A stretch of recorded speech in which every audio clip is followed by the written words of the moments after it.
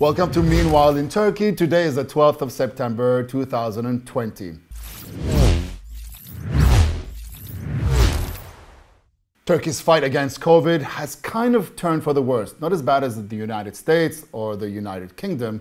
Good luck with that, guys. But they're still getting bad. As of today, the numbers are 1,512 new cases, 1,219 cured cases, but the death rate is, unfortunately, 59. Now that means that more people are being infected than being cured. At the beginning of the summer, towards May and June, the numbers were almost equal and the deaths were around 20, 25, which was great. We all thought that we were winning our fight against COVID. We thought we were doing a good job. Granted, the government, actually, we have to give them credit. The Turkish government, the Ministry of Health, was actually doing a good job. The restrictions were in place, people were wearing masks.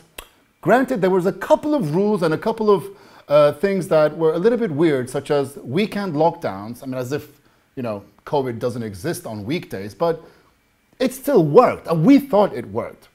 So what happened was, in May and June, the government slowly started to open up businesses. Restaurants we were allowed to go to restaurants, we were allowed to go to the parks, we were allowed to roam around freely. There was no more talk of weekend lockdowns, and we actually thought that this was working. But, if you know a bit about Turks, we did literally what we were not supposed to do. We took it to another level. So we thought we were cured. Or at least we knew we were winning, to be honest with you. Everybody started to feel better about themselves. Granted, the economy wasn't doing so well, but with the stores opening up and the global pandemic, we kind of thought, hey, this is okay for us. We can deal with this. We can fight COVID one-on-one, wearing masks and things like that. Once the summer started, the numbers started to creep up a little bit. You see, the curve had kind of plateaued a little bit, but then it started to go up again. Okay, it happens. It's normal. We saw it in other European countries. But once it kind of got a little bit higher than we thought, we started to panic. And now that school has started as well, the panic has really set in. So suddenly the Minister of Health and our President decided on a new set of rules.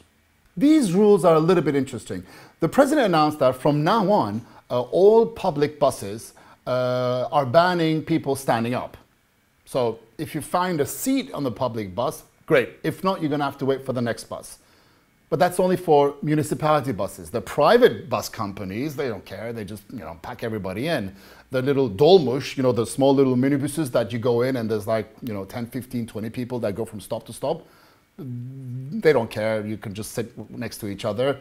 So we stopped doing that. So you can't stand up anymore in a public bus. If you find a seat, great. Unless, of course, you want to sit on somebody's lap, which it's kind of frowned upon in Turkey. Otobüslerin hiçbirisi almıyor.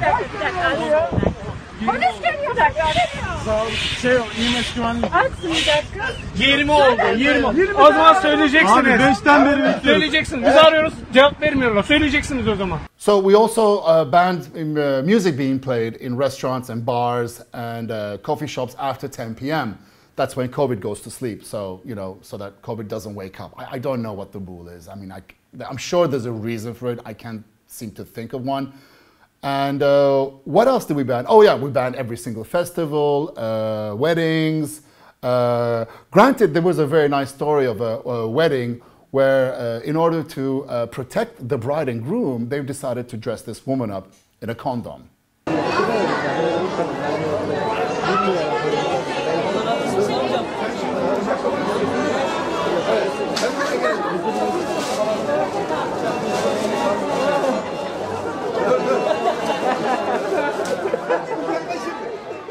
So, where are we now? No more fun. No more fun on the boat on the Bosphorus. No more festivals, no more congregations, no more nothing. Again, the rules are starting up again.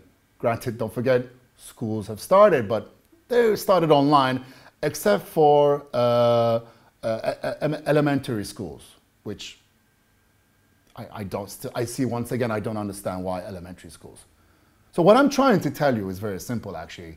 just to say this is just to go in between, the governor of Sakarya actually decided on a new set of laws that they're going to give a 900 Turkish lira penalty for people who weren't wearing masks. And also, they have to be in lockdown if they're caught without a mask for 3 months. And the worst punishment of all you can give a Turk, they have to read 10 books in that period of time. That's the punishment. We punish people for, for not wearing masks by making them read books. Yeah, cool. So where are we now? Well, numbers are increasing. The number of patients in intensive care is increasing. Economy is not doing well once again. The Prime Minister, the ex-Prime Minister of Turkey, Binali Yildirim, found out that he's got COVID, him and his wife.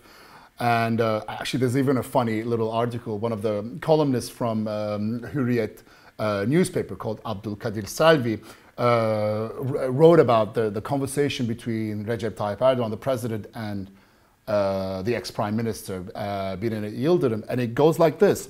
So Erdogan calls Binali Yildirim and says, "Geçmiş olsun." It kind of says, "May it pass." It's a Turkish thing. "Geçmiş olsun, Mr. Binali. What happened?" And Binali Yildirim answers, whatever happened, happened. So Erdogan turns around and says to him, "Okay, geçmiş olsun again." So what also happened? Bülent Arınç also got. Who's Bülent Arınç? He's the one of the founding members of the AKP. He's also got COVID.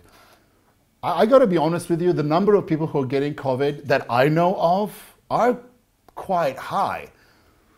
So it makes you a little bit wonder about if these numbers are actually true. Now, I'm not saying they're not true in order not to create panic, but it's starting to creep up a little bit. Now the government is stuck between a rock and a very hard place. While we were winning the battle against COVID, we finally found ourselves again on the offensive, trying to fight COVID again. And we thought that everybody was great. Now, whose fault is that? Well, it's not my fault. I wear a mask. Everywhere I go, I wear a mask. I try to social distance and everything like that. But when you have a country that believes that this thing nothing's going to happen to them, because it's a very Turkish thing. Nothing won't happen to me. I'm okay. This is what happens. So we're in for a very, very long ride this winter. And I hope that, I hope that we're not going to get those weekend restrictions. What I would like it to happen is basically have a 2-week lockdown, like we should have done way back in March. Lock the country down, you're inside for 2 weeks, and then slowly start to move from there. But closing the country down for 2 weeks has a very, very, very steep price. And that price, to be honest with you, in today's economy is and will be the end of our economy. So, yay, schools have reopened, very excited. And once again, we're back to being the teacher, the father, the mother in our own homes.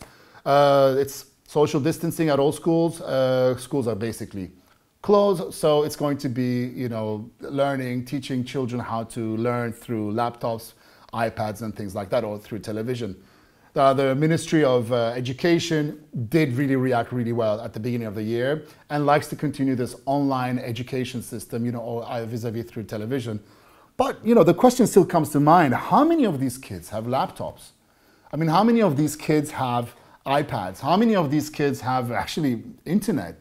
And when you look at the number of students, which is, close to 12 million students in Turkey, can't stop and wonder, is everybody getting their fair share of education?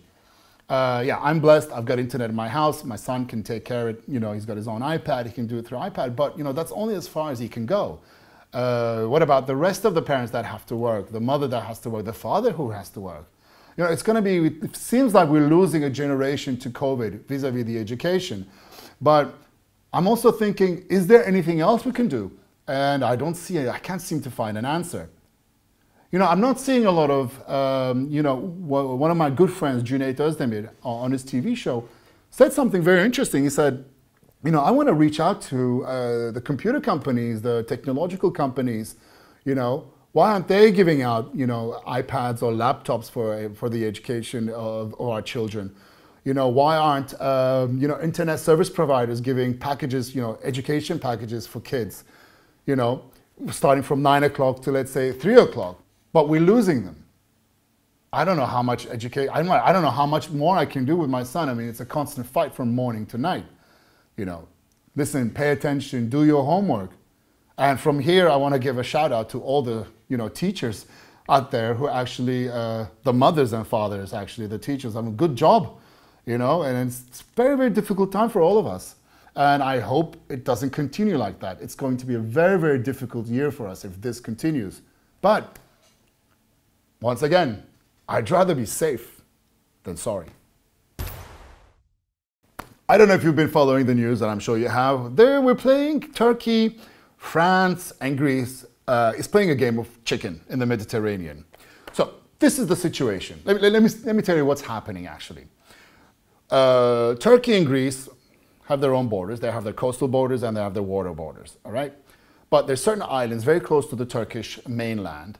And what Greece is saying, because of our continental shelf and because of these islands, we would like, you know, 6 miles around the island is part of Greece. And granted, they said it was going to be 12, but it's impossible because some islands are so close to Turkey, they're like maybe 2 kilometers from the mainland to Greece. Imagine. So what Greece is saying is like, these are our waters, and Turkey cannot actually, you know, do anything in these waters. Okay, but when you look at the map, there's a very nice, interesting map that literally shows, if you look on this map here, that literally shows that Turkey, which 3 sides of Turkey is basically surrounded by sea, we only have this like sliver down at the south where we're allowed to do our excavation, drilling, or even freely pass through there. That's kind of unfair. Now, granted, Erdogan said that, you know, no matter what, these are our waters as well. Yes, these are our waters, but Greece is making a huge stink about it. And now France got involved. So Macron, for some really odd reason, I don't know why, you know, he thinks that he can just say things like that, turned around and said one thing. He said, we must be tough with the Turkish government and not with the people who deserve more than the Erdogan government. Okay. Thank you, Macron. Mind your own business. A. B. Democratically elected leader. C. Mind your own business. And, you know. So what they're trying to do, what basically France and, you know, Greece is trying to do, they're trying to box us into this small little space. And, but we have rights there too. You know, it's part of our continental shelf. This is where our drilling ships are right now. And, you know, there's been a lot of talk, heavy talk of, you know, we'll do what's necessary, you know, we'll take care of ourselves. Yes, we will. You know, don't push us. Okay, don't push us. All these things are happening. All these, you know, words are going back and forth between Turkey, Greece, and France. But to be honest with you, the funniest part that I actually saw about this is Southern Cyprus, you know, is now, I've decided to block the EU from sanctioning the Belarus government unless the European community does something about Turkey. First of all, I don't understand what Belarus sanctions have to do with any of these things. But obviously there's a higher game being played right now.